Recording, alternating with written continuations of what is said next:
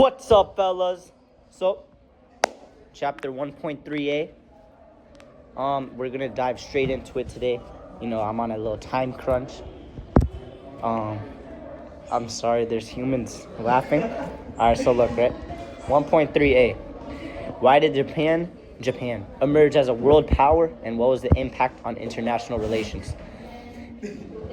So reasons for rapid modernization and military development. So, Japan was old-fashioned and ruled by the shogun. The economy was farm-based and used rice for taxes. Japan stayed isolated from other countries, and so the U.S., essentially what they wanted to do was trade, leading to conflict over shipwrecked sailors. So now, some key terms, right? We got bartering, the trading of goods without the use of money, right? Now, private enterprise, business owned and managed by individuals, free of government restrictions. Fillmore and Perry. Commodore Perry came to Japan with U.S. ships to demand trade. He threatened violence, and Japan couldn't fight back. Japan opened ports and allowed foreigners access to trade with a treaty. And U.S. President Fillmore, right? So, modernization and industrialization, right? So, what Japan did, they restored the emperor to avoid foreign control. The government modernized and unified the country. They built military, industry, and infrastructure quickly. Money came from exports with help from private entrepreneurs. So now, right, the first Sino-Japanese War in 1894. So Japan modernized quickly, right, staying independent while China weakened. Modernization let Japan become a rising imperial power.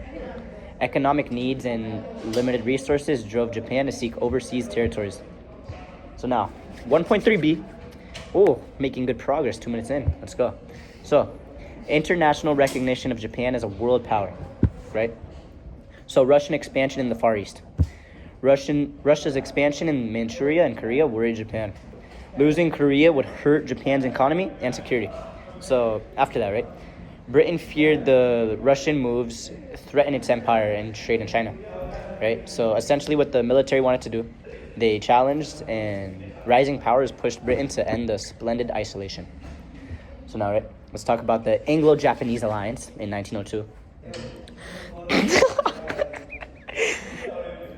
Britain and Japan allied to oppose Russia in 1902.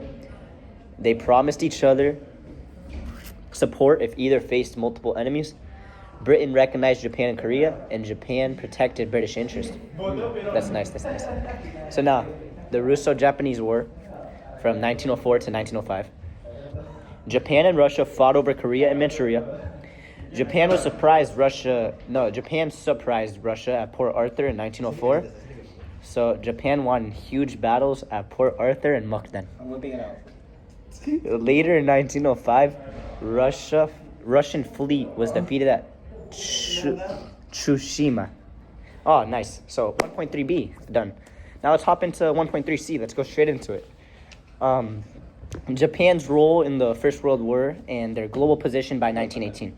So Japan modernized rapidly, becoming a strong industrial and military power by 1918. They entered World War II to honor its alliance with and declared war on Germany.